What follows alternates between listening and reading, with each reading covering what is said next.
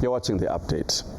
Now, government has introduced a number of reforms in recent years aimed at improving public services, supporting economic recovery, and creating opportunities for citizens. While many of these reforms are already being implemented, it is important for people to understand what they mean and how they affect their everyday lives.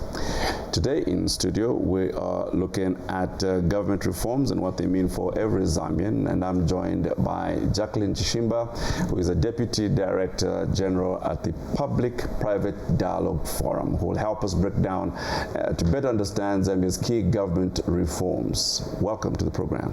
Thank you very much. Good morning, and good morning to all our viewers. Good to have you. Good to be here.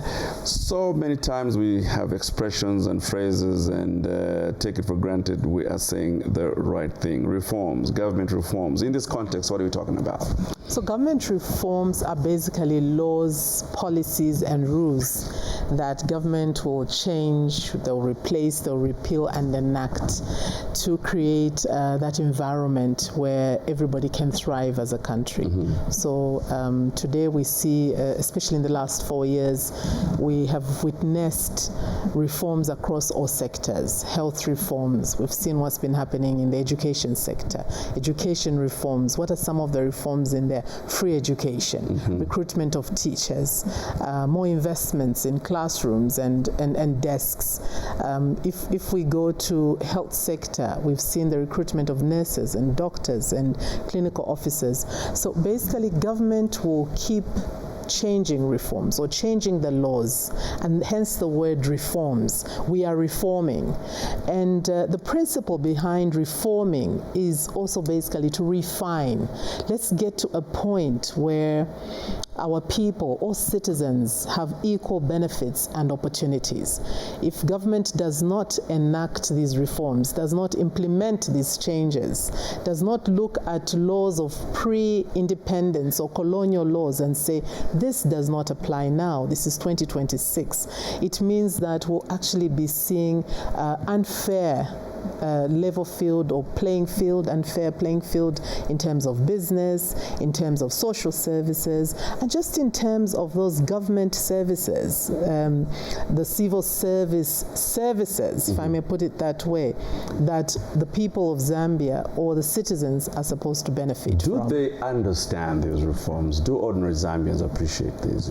So most Zambians do not understand the reforms, hence the reason as to why a platform such as the PPDF was set up to ensure that once the reforms have finally been arrived at, and remember that both private sector and public sector now are sitting together to come up with these laws, these policies, not only for business, but for the social side of the economy as well, so that once they're enacted, the PPDF will then pick together with, the designated government communication machinery under the Ministry of Information and Media and other line ministries to now disseminate information. So what we are doing as the PPD is actually breaking down these reforms. I'll give you an example. If you talk about some economic reforms, people will tell you what is debt restructuring. They don't even understand it. But it now becomes our role to just speak and say, how do we break down this jargon? It shouldn't take an individual or a person who's been to an economic class or a business school to only understand what the Minister of Finance or the Ministry of Finance is trying to talk about, or the projects and the policies, the reforms they're implementing. It should allow everybody to understand in the simplest way. So we are breaking down and giving them practicals that they experience in their daily lives. Well, what's been the picture like before, them and us, in terms of private and public? Of course, that's exactly what it was. And if you look back, especially was that between 2016 and 2019, we actually did have a situation for the longest where private sector said, why is the government enacting SIs minus sitting with us? We're hearing about all these statutory instruments. We were not informed. We were not consulted. And I think we've been privileged as a nation to have the incumbent President Chishimba, because he's coming from the private sector, and he experienced, together with his many colleagues and a lot of Zambian businesses, how certain reforms were being implemented minus consultation. So I think that is something he had planned way before he even became president, that look, immediately I ascend to power, I would like to ensure that no law is passed minus, wide consultation, involve the private sector. And this is what we work with every day at the PPD in all sectors. Yes. Right. Let's pick on a common subject, if we can, one that I suppose many can relate to. Free education. Correct. Easy on the face, easy to read. Yes. Has it been well understood? What are the benefits therein? Frankly, you'll be amazed that free education has been understood and misunderstood. Okay. And I'll start with the misunderstanding. The misunderstanding is obviously coming mostly from the political angle, which for us at the PPD is something we're saying, look, this is not what we're dealing with. We are more concerned with the understanding. A number of families have understood free education, but for most it's the benefit. The fact that there are no tuition fees, no PTA fees, no forms of all kinds of these funny fees that were always existing, hidden fees. Children will get up and go to school. For most parents and guardians, it's, look, I don't have to worry every month about school fees or every term, but instead, I just have to make sure my child has a uniform and they have books. For government also, it has allowed government to create employment. More than 46,000 teachers have been employed. I mean, the largest in the history of Zambia, if people don't know. But what has that actually done to a number of families? What has been the impact? Imagine you graduated with your degree or diploma as a teacher in 2014. You were never employed. We saw these stories. They were beamed even by ZNBC. We saw those where somebody would tell you, I've just been selling on the market, I've never practiced. But now I'm going to practice means that already I have social security. Instantly, I have a pension. People don't think about the trickle effect. The fact that I have job security means I can also venture into other businesses with, the security of a salary. I am now eligible to a loan from a financial institution. And when I talk about financial institutions, I'm leaning more on the, structured financial institutions like banks, maybe the microfinance. So that creates change. Already the ripple effect is that families are empowered, households are strengthened, more children can go to school for free. The father is a teacher, is earning a salary, he doesn't have to worry about school fees, but instead worry about food on the table, which also now has helped families because we have free feeding programs in schools. These children are being fed. There are some families that will tell you that, look, for us, the child will wake up, our worry is, has the child bathed? Is the child clean? And the child goes to school.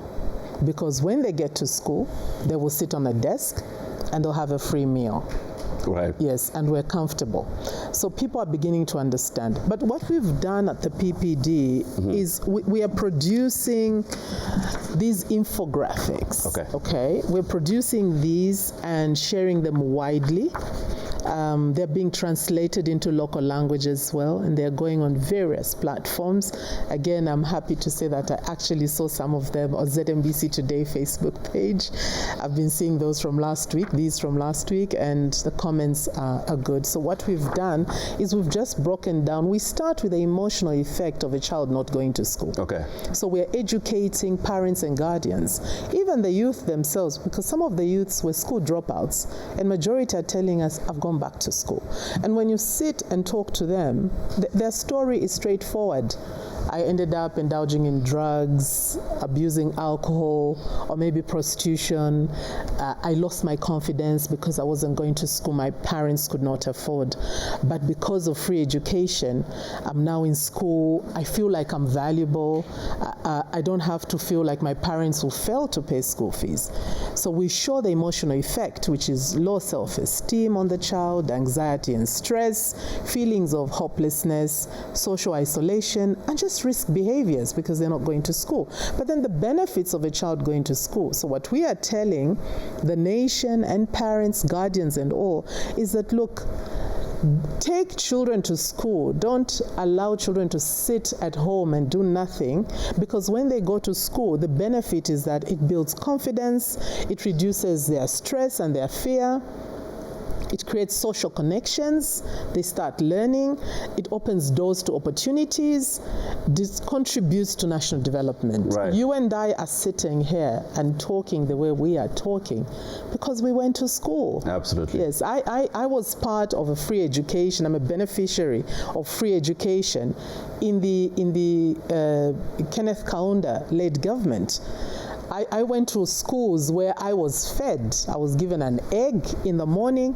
I was given a cup of milk and a big milk biscuit called now I'm feeling jealous. Now I'm beginning but to that feel was jealous. A government school. Right. Yes. Okay. I know we have a series of appearances to look at these things and detail in them, because another matter that we could have discussed, but lack of time says no, is debt restructuring. Yes. How it relates to what you've just been able to. In a minute, how would you like to wrap it up? Okay, so debt restructuring basically means negotiating the debt that we have.